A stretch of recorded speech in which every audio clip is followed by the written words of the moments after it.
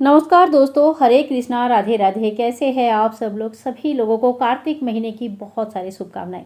दोस्तों, कार्तिक की महीने आने वाली है, भगवान श्री विष्णु जी की सबसे प्रिय महीना है। कहते हैं कि कार्तिक महीने के समान कोई महीना नहीं है। जैसे सतयुग के समान कोई युग नहीं है, गंगा नदी के समान कोई नदी नहीं है, एकादशी व्रत के समान कोई व्रत नहीं है, वैसे ही महीने में श्रेष्ठ महीना कार्तिक को माना जाता है। कार्तिक की महीना हमारे हिंदू धर्मशास्त्र के अनुसार 8वें महीना है और इस महीने को दामोदर महीना भी कहा जाता है। कार्तिक के महीना जो है ना, हमें धर्म, अर्थ, काम और मोक्ष की प्राप्ति करवाती है। यानी कि जब मृत्यु के बाद हमें यह जन्म में जो सुख सुविधाएं मिलनी है, सब कुछ मिलता है। भगवान विष्णु जी के चरण में हमें मृत्यु के बाद स्थान भी मिलती है। तो कार्तिक की महीना बहुत ही ज़्यादा पावन महीना है, पुण्य फलदायी महीना है। दूसरे महीनों में 1000 बार गंगा स्नान करने से जो पुण्य फल हमें मिलती है, कार्तिक के महीने में एक बार गंगा स्नान करने से उतने पुण्य फल हमें मिलती है। तो आप सोच सकते हैं कि कितना ज़्यादा पुण्य फलदायी है। शरद पूर्णिमा के दिन से लेकर कार्तिक पूर्णिमा तक कार्तिक मास का सारे नियम लिया जाता है और अपने अपने शक्ति सामर्थ्य के हिसाब से लोग नियम लेते हैं। दान, ध्यान, जप, तप, स्नान, दीपदान, तुलसी पूजा, भगवान विष्णु जी के नाम पूजा अर्चना, माला जप इत्यादि नियम लिया जाता है। इस महीने में भगवान विष्णु जी कहते हैं कि जल में निवास करते हैं, इसीलिए जल का विशेष महत्व है और स्नान का विशेष महत्व है। सवेरे जो एकदम तारों के छाँव में, यानी कि सवेरे 4 बजे के आसपास ब्रह्म मुहूर्त में कोई भी पवित्र स्नान में, पवित्र तीर्थ स्थान में, पवित्र नदी में जो स्नान करते हैं, उनको बहुत ज़्यादा पुण्यफल की प्राप्ति होती है। संभव नहीं है तो घर पर भी स्नान कर सकते हैं, इसके बारे में आगे भी हम बात करेंगे। इस महीने में दान करने का विशेष महत्व है, खास करके सोना, चांदी, भूमि, गोदान इत्यादि किया जा सकता है। लेकिन अभी देखो, सबकी बस की बात नहीं है इतना दान करना, तो जो दान नहीं भी कर पाते हैं कोई बात नहीं, वो अगर पूरे मन से और अपनी सामर्थ्य के हिसाब से भगवान श्री विष्णु जी के नाम करे और हर दिन कार्तिक का एक एक महात्म्य, एक एक अध्याय पढ़ ले, थोड़ा एक दीपदान भी कर ले, तुलसी के सामने एक दीपदान भगवान विष्णु जी के सामने, अब जितना भी मतलब हो सकता है उतना भी कर ले, तभी भी उनको काफ़ी पुण्य फल की प्राप्ति हो जाती है। प्रतिदिन भगवान श्री हरि विष्णु जी की भक्ति जरूर हमें करनी चाहिए। मोक्ष प्राप्ति के लिए एक अति उत्तम मार्ग है। देखिए, शरद पूर्णिमा से लेकर कार्तिक पूर्णिमा तक कार्तिक महीने माना जाता है और इस समय क्या होता है कि हम स्नान का नियम लेते हैं। हर रोज़ सवेरे ब्रह्म मुहूर्त में हमें स्नान करना रहता है, किसी पुण्य स्थान में, पुण्य नदी में, या तो फिर कोई तीर्थ स्थान में हमें स्नान करना रहता है और कार्तिक का एक एक अध्याय डेली पढ़ना होता है। कार्तिक की कहानियाँ भी इस समय सुनी जाती है।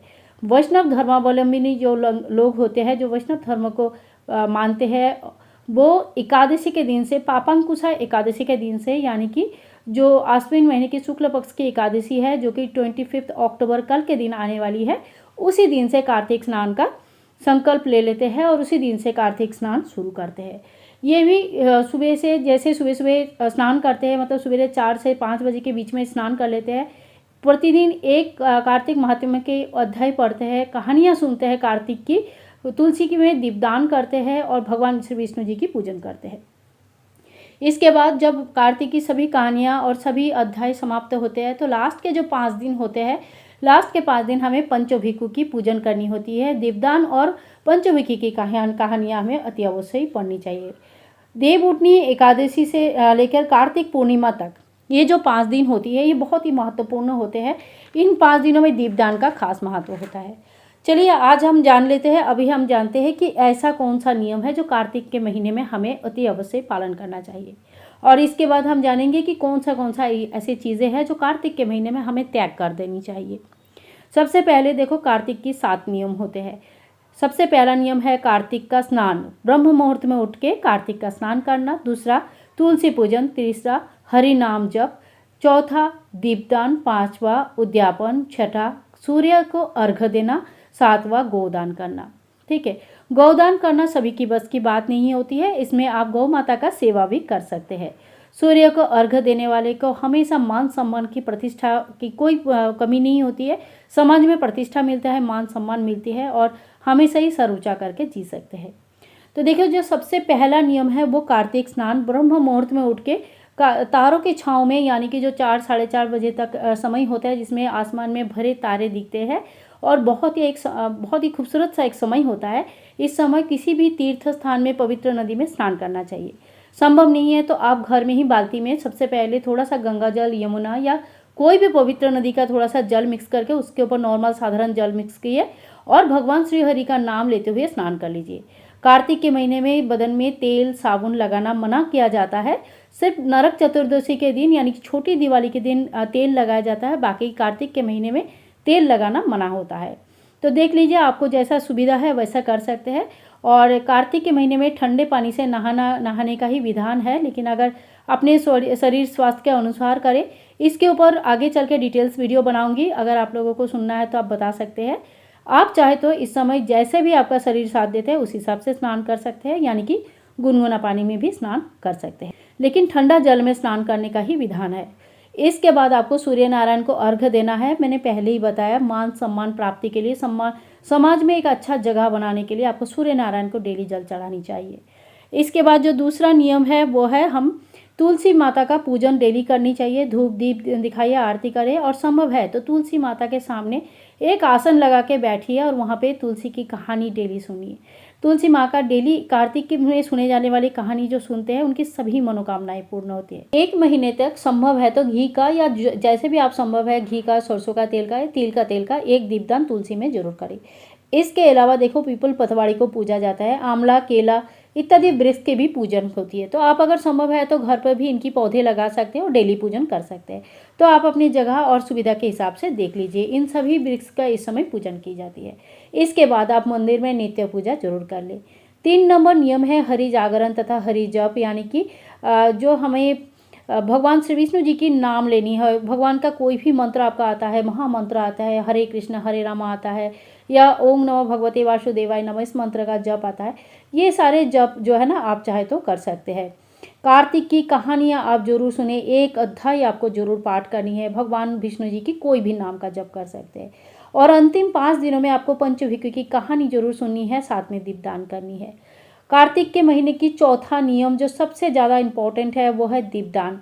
कार्तिक के महीने में बहुत सारा त्यौहार आते हैं, जिसमें सर्वश्रेष्ठ त्यौहार जो होते हैं ना, दीपावली होती है, जो हमें दीपों का ही त्यौहार होता है और हमें घर के किसी भी कोना को अंधेरा नहीं छोड़ना होता है। पूरे कार्तिक के महीने में हम दीपदान करते हैं। तो दीपदान एक बहुत बड़ी होता है चीज़ है जो कार्तिक के महीने में हमें जरूर करनी चाहिए। भगवान विष्णु जी, माता लक्ष्मी के सामने डेली एक दीपदान आप जरूर करें। अगर अखंड दीपक जला सकते हैं 1 महीने तक बहुत अच्छा है, लेकिन अगर संभव नहीं है तो सुबह और शाम आप दीपदान कर सकते हैं। अगर वो भी संभव नहीं है तो केवल मात्र शाम को एक दीपदान आप जरूर करें, जो कि खास करके भगवान विष्णु जी और माता लक्ष्मी जी के सामने प्रज्वलित करेंगे। धन प्राप्ति, लक्ष्मी प्राप्ति के लिए अचूक उपाय है। कार्तिक के महीने में धन प्राप्ति के लिए आप बहुत सारे उपाय कर सकते हैं, जिसमें से ये सबसे सरल और सबसे आजमाया हुआ उपाय जो होता है ना, यही होती है।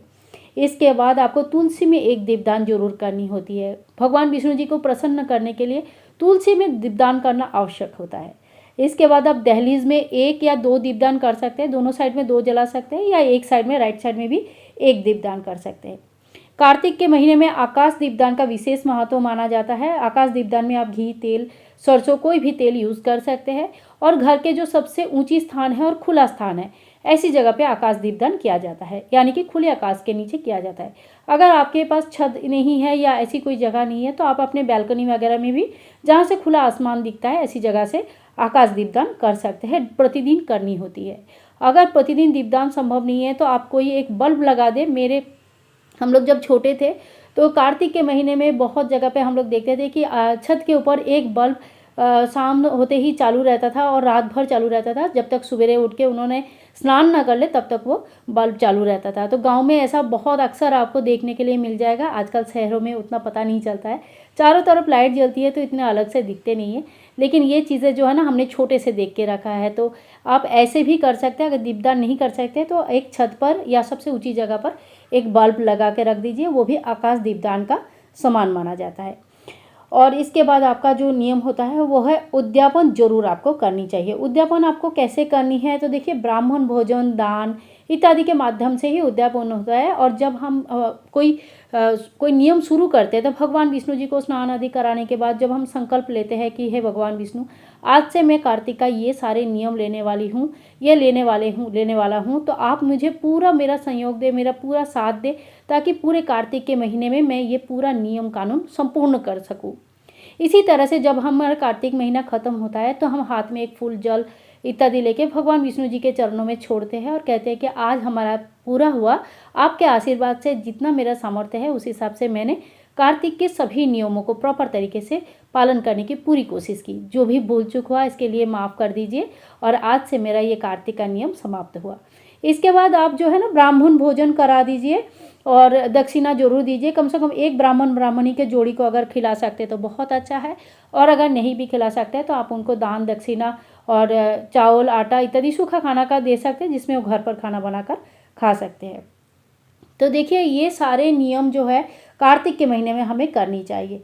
इसके अलावा देखिए जो व्रत हमें कैसे लेनी है, तो व्रत लेने का कुछ नियम होता है। चलिए आगे हम बात कर लेते हैं कि व्रत हमें कैसे करनी है।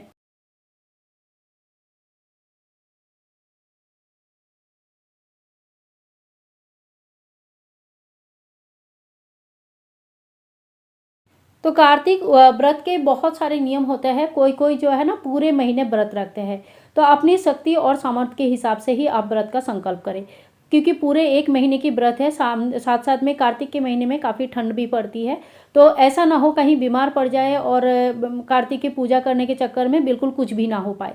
तो कुछ नहीं हो पाने से अच्छा है कि कुछ हो पाए, ऐसी आप संकल्प लें जो आप बड़े आराम से अच्छे से कर पाएंगे। ठीक है। तो बहुत लोग जो है ना पूरे महीने व्रत रखते हैं। बहुत लोग पूरे महीने में एक टाइम खाना खाते हैं, अन्न ग्रहण करते हैं, यानी दाल भात सब्जी आदि ग्रहण करते हैं, और बाकी समय जो है ना फल खा के रहते हैं।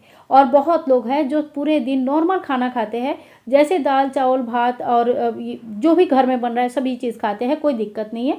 बस अपना सात्विक खाना खाते हैं, कोई भी इसमें मांस मदिरा प्याज लहसुन या तामसिक आहार इन्वॉल्व नहीं होती है। तो जैसा आप ठीक लगे आपको उस तरह से आप कार्तिक की खाना पीने का नियम ले सकते हैं। अब कोई कोई चीज़ें निषेध माना गया है जो हमें अवॉइड कर देनी चाहिए कार्तिक महीने में।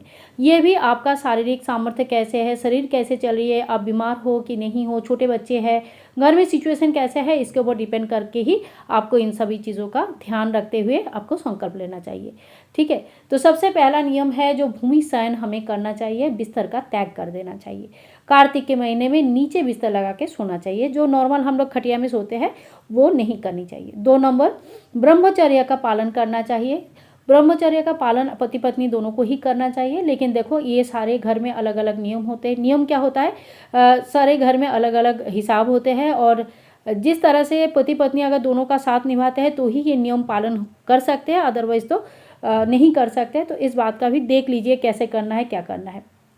अच्छा, 3 नंबर हो रहा है कि इस समय जो है ना तेल मालिश नहीं किया जाता है पूरे बदन में, शरीर में और बालों में कहीं तेल नहीं लगाया जाता है। लेकिन अगर लगाना जरूरी है तो आप बालों में थोड़ा बहुत तेल लगा सकते हैं, लेकिन बदन में तेल नहीं लगाया जाता। पूरे कार्तिक के महीने में सिर्फ एक ही दिन होते हैं नरक चतुर्दशी, यानी कि छोटी दिवाली के दिन आप बदन में तेल लगा सकते हैं, बाकी दिन तेल लगाने में मना किया गया है। 4 नंबर नियम है कि प्याज लहसुन मांस मदिरा तामसिक आहार आदि नशीली चीज़ें इत्यादि नहीं खाना है, इत्यादि का त्याग करना है। वैसे देखो ये सारी चीज़ें जो नशीले पदार्थ है, जो मांस मदिरा, ये सब तो अच्छे वैसे भी नहीं होती है।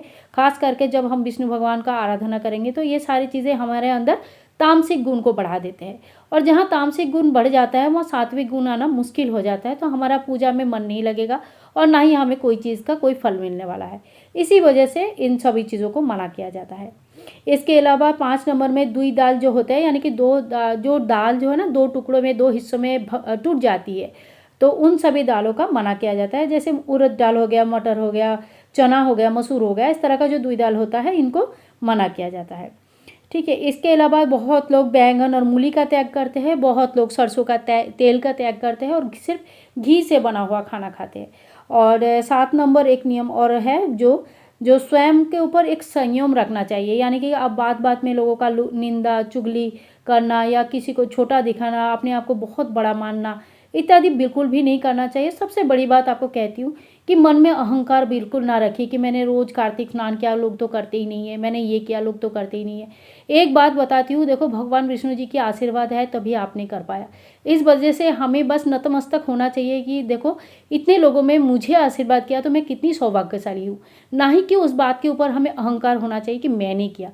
हमने एक्चुअली कुछ नहीं किया, हमने कुछ कर ही नहीं सकते।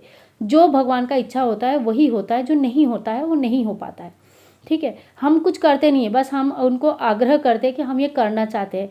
अगर सामने वाले परमिशन देते हैं, उनके आशीर्वाद होता है तो ही हम कर पाते हैं। बस मेरा तो यही मानना है, बाकी आप कैसा मानते हो वो मुझे कमेंट करके ज़रूर बताना। निंदा, चुगली, झगड़ा, कलह, क्लेश और अपशब्द का जो प्रयोग है, इन सब से कोशिश करें बचे रहने के लिए। तो कार्तिक महीने के संपूर्ण नियम बताने की कोशिश किया है इस वीडियो में। वीडियो थोड़ी सी लंबी हो गई, लेकिन आपको सारे नियम मैंने इस वीडियो में बताया है। अगर आपने ध्यान से पूरे वीडियो को सुना है तो फिर आपको कार्तिक के महीने में नियम लेने में कोई दिक्कत नहीं आएगी। वीडियो अगर थोड़ी सी भी अच्छी लगे तो please like share and comment, channel को सब्सक्राइब करके रखें। मिलते हैं नेक्स्ट वीडियो में, तब तक के लिए सभी लोगों को कार्तिक महीने की बहुत बहुत शुभकामनाएं। बाय बाय दोस्तों, टेक केयर, हरे कृष्णा, राधे राधे।